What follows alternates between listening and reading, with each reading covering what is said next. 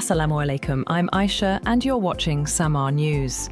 Here are today's headlines. The United States and Iran have agreed in principle to extend their 60-day ceasefire under the Islamabad Memorandum of Understanding, Pakistani government sources said Wednesday. Both sides have conveyed their consent to mediators, but the duration of the extension has yet to be finalized as Washington and Tehran continue exchanging messages. The ceasefire, brokered through Pakistan's diplomatic efforts, is scheduled to expire on August 17th. Talks toward a broader agreement have remained stalled over security guarantees and freedom of navigation through the Strait of Hormuz.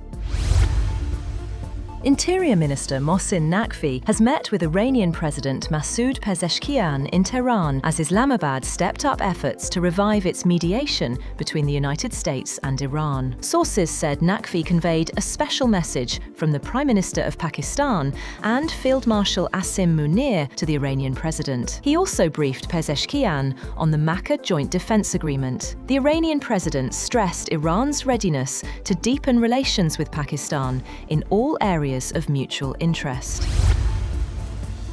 Interior Minister Mohsin Naqvi has met Iran's Foreign Minister Abbas Araghchi in Tehran. As Islamabad says, recent signals suggest the US and Iran may be moving closer to an agreement. The diplomatic activity raises hopes of easing tensions and restoring stability to regional shipping routes. President Donald Trump has accused Iran's negotiators of being devious and dishonest, saying Tehran agrees to terms and then denies them publicly. In an interview, Trump said that Iran's economic crisis is a mess, as he claimed that the United States has total control over Iran's money. He warned that Washington could either maintain economic pressure or hit them really hard.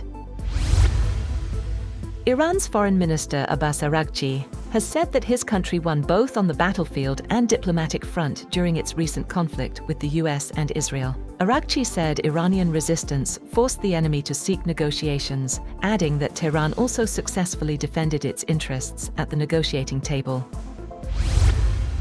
Moderate David Crowley has beaten Democratic Socialist Francesca Hong in a tight race for Wisconsin's Democratic gubernatorial primary election, a closely watched vote seen as a key test for the appeal of progressive candidates in the battleground state. According to projections from US media, Milwaukee County Executive Crowley was chosen by Wisconsin Democrats over Hong. Moreover, in Minnesota, former MyPillow CEO Mike Lindell lost the Republican nomination for governor to Speaker of the Minnesota House of Representatives Lisa DeMuth, despite the vocal backing of Trump. Russian President Vladimir Putin has said that Russia will respond in kind if European countries seize Russian merchant vessels. TASS news agency cited Putin as saying that any Russian retaliatory action would not be limited to those waters where Russian ships were seized, but will happen wherever we deem it necessary and appropriate. The US and Yemen's Iran-aligned Houthis have reported separate attacks on shipping as prospects for ending the Iran war appeared to dim. At the southern end of the Red Sea, 4 crew members, including 3 Pakistanis, were killed in an attack by Iran-backed Houthis on a cargo ship in the Bab el-Mandeb Strait. Yemen's transport ministry said 2 Yemeni rescuers from an anti-Houthi military group were also killed. The US military, meanwhile, said a US Navy MH-60 helicopter fired 2 Hellfire missiles to disable the steering gear of a Panama-flagged cargo ship.